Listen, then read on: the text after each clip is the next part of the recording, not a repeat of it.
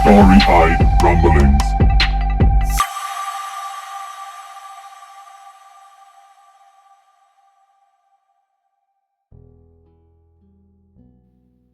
Swordfish is talented, ambitious, creative, skillful,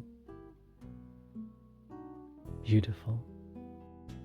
As Jill says this last word, her mouth does turn up into a little bit of a smile, I think I see. And although it doesn't transform her face, which still is very bony, malnourished, pale, with a sheen of sweat on it, looking very skull-like, it does give her an appearance well, I don't know, she just looks the happiest I've seen her since I've met her, which arguably is not very long, but still. I decided to add my input on Swordfish at this point in regards to her beauty, at least. Yeah, not every day you see pink eyes. To that, Yell's smile gets even wider as she continues. Yeah, not every day. She's also an extraordinarily dangerous person to be around. Ha! This I can attest to, and I share my own experience with Yell.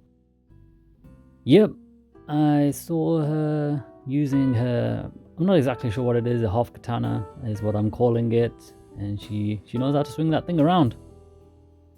To which Yell shakes her head. No, not the sword. The sword isn't a problem. I'll not take your word for it. Not until you've been clunked on the head with the butt of that sword. But forgive me, I didn't mean to interrupt. Please, continue. She does so. She lives by the motto that she's her own top priority. In other words, take care of number one. Number one being herself. I reply, that doesn't sound like the worst motto to live by. After all, there's no way that you can uplift anyone unless you first uplift yourself. So, take care of yourself, uplift yourself first, and then others may be inspired to do the same. I also say there's no point trying to force someone else to be uplifted or uplifting someone by force. So usually it's better just to, as they say, do you. Continue to uplift yourself, do right, serve others, and some people may be motivated to do the same, seeing what you're doing. Some people may not be. You may inspire people, you may not. Ultimately you're not trying to do whatever you're trying to do in life for the sake of others, so to speak. It's more that if you live by a philosophy, then you live by that philosophy. It's not someone else's problem that they're not living by the same philosophy. They didn't choose to live by the same philosophy that you're choosing to live by, so it doesn't really matter what everyone else is doing. If you've chosen a path, then just follow it steadfastly, if that's what you believe in, truly believe in. Anyway, I'm not entirely sure where this point is going in regards to Swordfish and her following the philosophy of herself being number one. I look at Yell. Is any of this making any sense, or am I just rambling on? Yell responds after a short pause. You're rambling. I don't agree fully, but I get you. Do what you're doing because you believe in it. Don't expect the world or others to conform to your ideology or try and control them, force them to follow. The only thing you can even remotely control is your own thoughts and actions. And most of the time, not even that. As much as I'm enjoying this conversation, I try and steer it back to the topic of Swordfish. Okay, so we've established Swordfish thinks she's number one and focuses on herself. I don't think we've reached a conclusion as to whether that is a good thing or a bad thing. What's your vote? Yell turns her thumb downwards. Okay. Oh, then there's a surprise, she turns it upwards. As she explains, you sound quite like Swordfish. I do? That comes as a surprise. Yell continues. Yeah. She likes talking about her own philosophies. I'm not sure if that was a dig at my previous ramblings, but I stay silent to see if she has any more to say.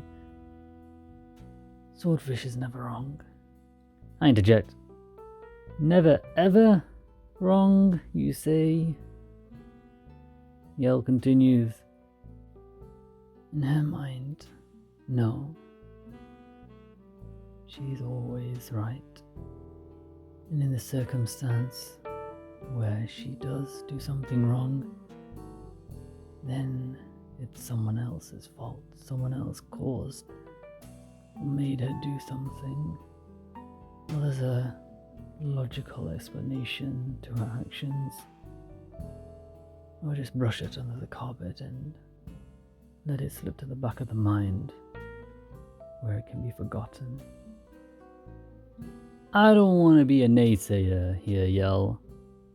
However, I didn't really get that vibe from Swordfish when I met her and the day or two that I spent with her. Yell replies without skipping a beat. Give it 1 or 2 more days, 3 tops, then reassess the vibe. Okay, well, all of this has got me no closer to uncovering anything about Swordfish or any of the machinations that are happening in this sector at this time. Clearly, Yell and Swordfish have some sort of history together and perhaps even presently are in contact or were in contact. Let's see if we can get some progress going here.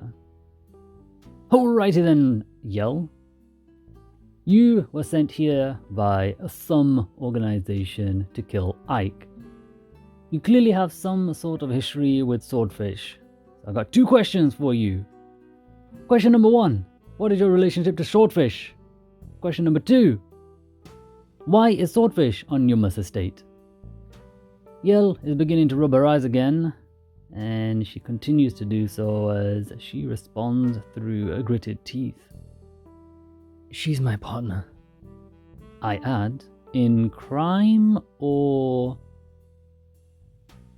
what's the word? A lover? I guess girlfriend does the same thing, or partner. But I'm just trying to establish whether it's a professional partner or a personal partner. Yell responds, still rubbing her eyes. Both, I guess. Getting information out of people is a tedious task, but I shall be patient and continue to ask questions in a calm and collected manner. So, ma'am, you and Swordfish have a romantic relationship. To this, Yell nods. Excellent. I continue. You also have a professional relationship in which whatever your roles are in the forge and whatever tasks you have to complete, you often do together.